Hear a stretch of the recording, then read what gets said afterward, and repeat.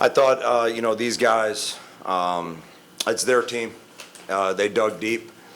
They went out there with you saw Edwardsville out there, all right? I start every press conference with that, and it was awesome to hear us, that home court, that home vibe in the opening, the starters. And then these guys came out right away with the mindset. I think it was 10-9 in the first media timeout, and we extended it to 20-10 or 21-11 with a tremendous focus, tremendous togetherness, and did enough. We couldn't get away from them in the first half, where every time we got to about 10 or 8, they hit a 3 or got a basket on some second effort things. But we made some toughness plays that we needed to do, and then dug deep that second half and did enough to win. Questions?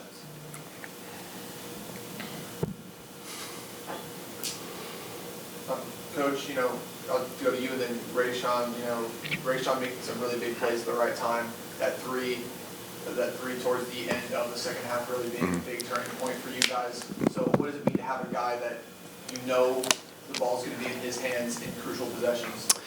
It makes your job easier because, as a coach, you can screw things up quite a bit.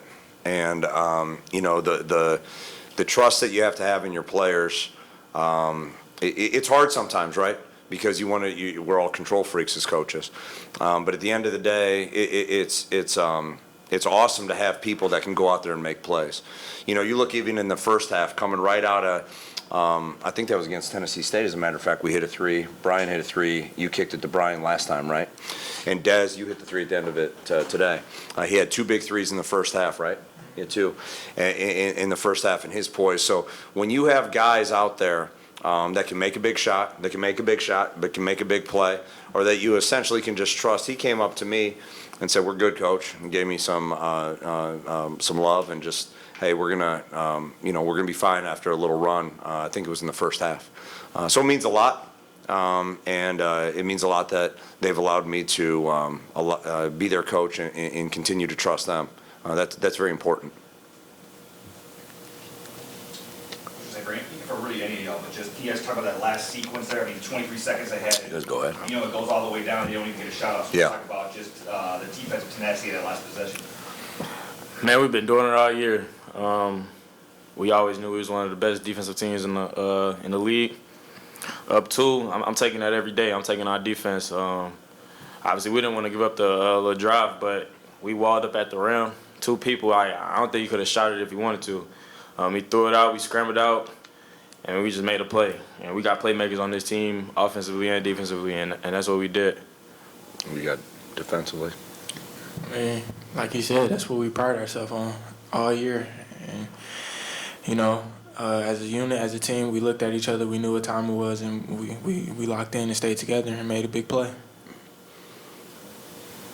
Both to Des and Rayshawn, last year you guys, 2 and 3 to DeMarco, and being really great scorers for them, but then Rayshawn specifically too, you coming in and boosting your game this season, and then same with you, Des, doing the same thing. What does it mean to be able to just have that next man up mentality and be able to, now you were number 2, now you're number 1, and then same with you from being one of the best scorers on the team as well? I'm gonna jump in real quick, all right?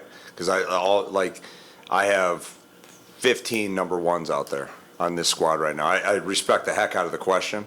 But I gotta say it, all right? And I had 15 number 1s last year too. Go ahead. Like you said, we lost Polo. I mean, he's a big time player. I don't want to take that away from him, but on this team, we got guys that could make a play at any point in time. And like you said, I stepped my game up, but really it just came with more health. Like, I always been able to do this.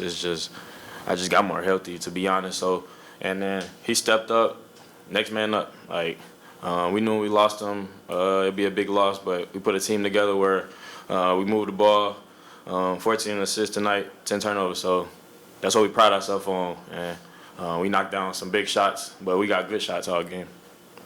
Rayshawn, for you, 9 of 10 from the line. So obviously, that was huge. made a difference. So just just talk about that aspect of your game and just how important it is for you to get to the line on a nightly basis in order to win these type of close games. Yeah, it's a lot of things that come with free throws. That's important. I got to the free throw line right away to start the game. That gets you a little bit of rhythm already as a scorer.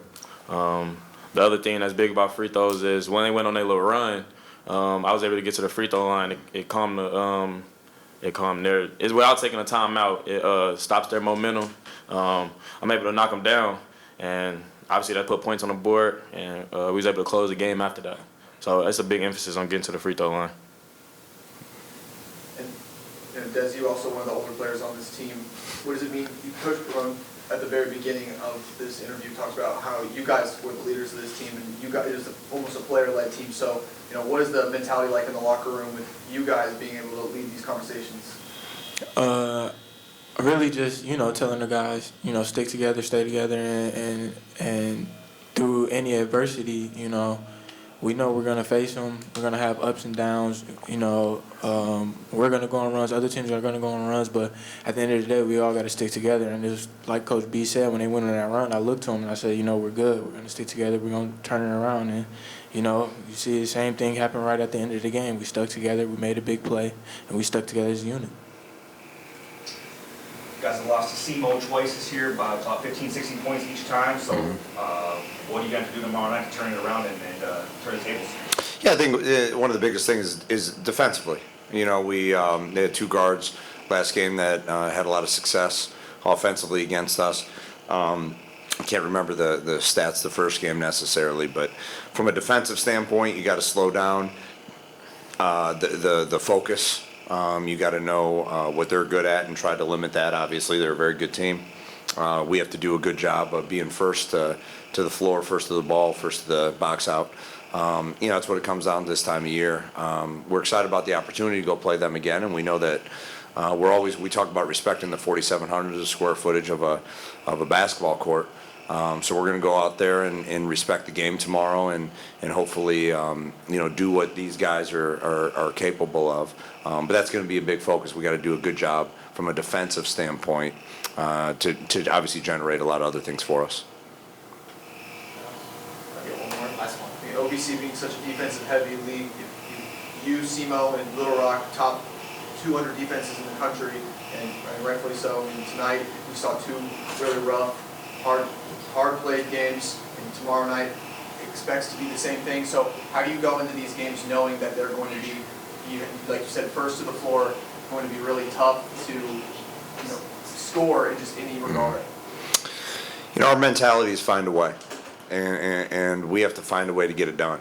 It's not going to be, I don't know if we have the answer right now. We think we know what to do. It just is, every scouting report you go in there. But at the end of the day, like these two at the end, you don't know it's going to be a 23 seconds. You're up two.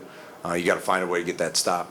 So it's a mentality, and then part of that mentality is a discipline and staying true to who you are, staying true to what you're successful at. We talk about being organized and tempo all the time.